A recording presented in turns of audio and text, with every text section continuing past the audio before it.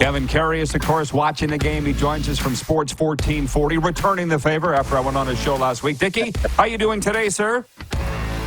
I've talked to you more in the last week than we did in 10 years. At least 10 years. I don't know about you, but I like it. And you said that McDavid was getting hit 100, and I kind of felt like you think Cooch is going to hit it too. What's gone on this year that this has just gone insane? Special players. We are so lucky to have the type of seasons that a handful of guys are having right now in the NHL. Really lucky as hockey fans. Kucherov's going to do it. He's going to get 100.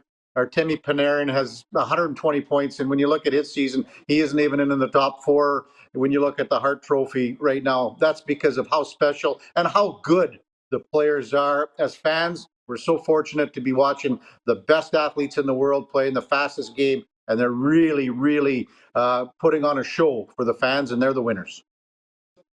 Yeah, exactly. As we often say, the winners are the fans. But that story came out this morning from the Canadian press that business is booming in the NHL. An all-time attendance record was announced last night, $6.2 billion in revenue this year.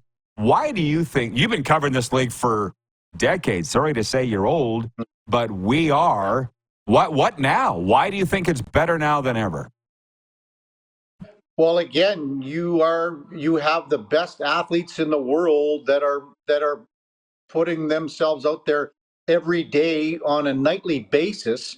They're that much better. The players are better than they ever have been. They're faster. They're quicker. I mean, Connor McDavid missed 3 games, comes out the first shift last night like he shot out of a cannon, almost gets an assist on the very first play. It goes off the skate of Marc-Edouard Vlasic and in, so it's a goal for McDavid.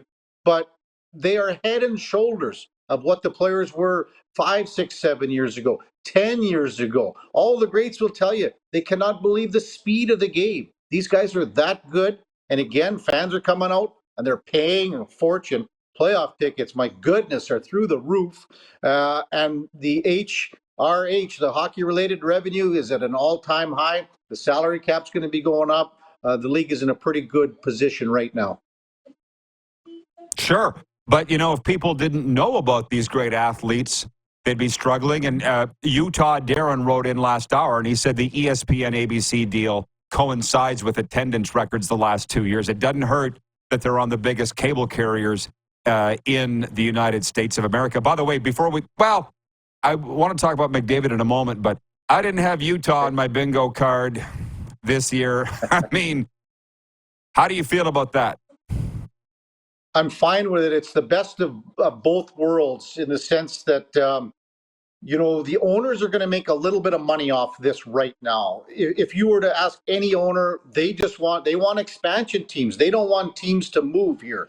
So if the owners can snag about $200 million between the 30 owners or so for this time around, that's okay. But the big payoff and the big payout will be in 4 or 5 years or whatever, 3 years when the next expansion comes, and it's going to be 1.5, 1.7, maybe 2 billion. That's when they're going to get their big payout. Right now, with this move from Arizona to Utah, they're not going to be losing money like they were in Arizona. So it's good for the owners right now. It will be better for the owners once they figure out in 5 years, hopefully, an expansion team in Arizona, and then they're going to get the big payout. It's interesting you say that because Alex Murillo never, ever did complain about losing money in Arizona. Money is not a problem of his. So if it's $2 billion, he'd be, where do I make out the check? I hope if they go back, I hope it's not with him. You know, I love Arizona, but I don't love him. It will be. I don't think it will be. Okay, McDavid hits 100 assists, first player since Lemieux to do it. I asked your boy Gregor this a while back, if McDavid goes on the Rushmore of Oilers. Dickie, you can only have 4 faces on there. Is he on there yet, or does he have to win a Stanley Cup? I think he's on there right now. Yeah, I'm putting him on. I don't think he has to win a Stanley Cup. It would be great, and it's an automatic. But the things, again, what he does performing at the level he does, at the speed he does. We've never seen it before. He is head and shoulders above, in my opinion, anyone in the league right now when he's on top of his game. He's so fast. He can handle the puck at that level, at that speed. So I say he's on that Rushmore right now. Who else? Well, I mean, obviously Gretzky, Messier. If you're going to have McDavid on there, it's probably somewhere close between a Grant Fuhr and Glenn Anderson for me. And you could put a Slats on there, a Paul Coffey, which, by the way, the last time you were around, you're on, you mentioned Coff. You mentioned you being in the dressing room a lot more than you have for a long time. What's it like having Coff around, and what's his role been in this resurgence? Knobloch's getting all the credit. Obviously, Koff's not getting a lot, and he'd probably be okay with that. Doesn't want it, doesn't care. I had a sit down with him on the bench about 3 months ago after he got hired. And here, I mean, we had more people saying this is the worst hire that texted in and called into Sports 1440 than any other polarizing aspect with this hockey team that I can remember, because they brought up the old boys club. What does he know about defense? He was terrible defensively when he was here, but he does no offense. We had people texting in ad nauseum about how he was not the right man for the job. I sat down and asked him about that. And the other thing that people weren't too happy about, they figured that there was a direct pipeline every day to Daryl Cates. Paul Coffey would call Daryl every day and say, Daryl, this is what's going on with the team. This guy's doing that. And this coach is doing that. It doesn't work like that. Paul was the first to say that he's an assistant coach now. He's not an advisor to Daryl Cates. He doesn't fill that role anymore. Does he have Daryl Cates' number? Yes. Does he talk to Daryl Cates? Yes.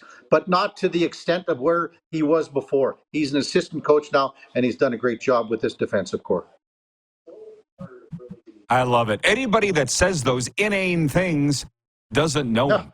Isn't he great? Mm-hmm. Isn't he just flipping great?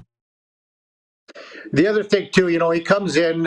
I'm very lucky. I get to skate with the Oilers alumni twice a month. So I really enjoy going to the alumni skate. Sparky Kolchinski is he handles everything as far as what goes on in the dressing room. Paul Coffey comes pretty well every time. He doesn't skate, but he comes after the Oilers practice because it's always on a game day. He'll come in, he'll say hello, he'll shake some guys' hands. He'll stand on the bench and watch for like 10, 15 minutes, pretty well every skate. He enjoys being around the game. He loves the game. And the Oilers are very lucky to have him in the position he is. It's going to be a one and done. He's not going to be back next year. I would be shocked if that happens. I would imagine he would go back to what his role was before, but pretty lucky to have him in the organization. Well, that would be a shame if he wasn't. And here, you can appreciate this. We're doing a banquet in Milestone, Saskatchewan, and Coffey's on the mic in front of a sold-out crowd. And he goes, folks, why do we play hockey? And somebody yells out, to have fun. He goes, no, to win. If you want to have fun, buy an RV. Go to Mexico. He goes, you work to play hockey to win, and then you have fun. Winning's fun. But we play hockey to win. And he had the whole room right in the palm of his hand. Yeah, you look back at all those teams that were great in the 80s. And Paul left, he left in 86, 87. But those teams in the early 80s, they had fun. And yes, they had fun because they were winning. And they were championship teams. And they were putting up points and putting up wins like nobody's business. And that is why they had fun, because they were successful. The winning has to come first. Awesome. Dick, thanks. Enjoy the hockey. We'll chat with you in the playoffs. Sounds good, Ronnie. Take care, man. The great Kevin Karius of The Kevin Karius Show. Sports 1440 Radio in Edmonton.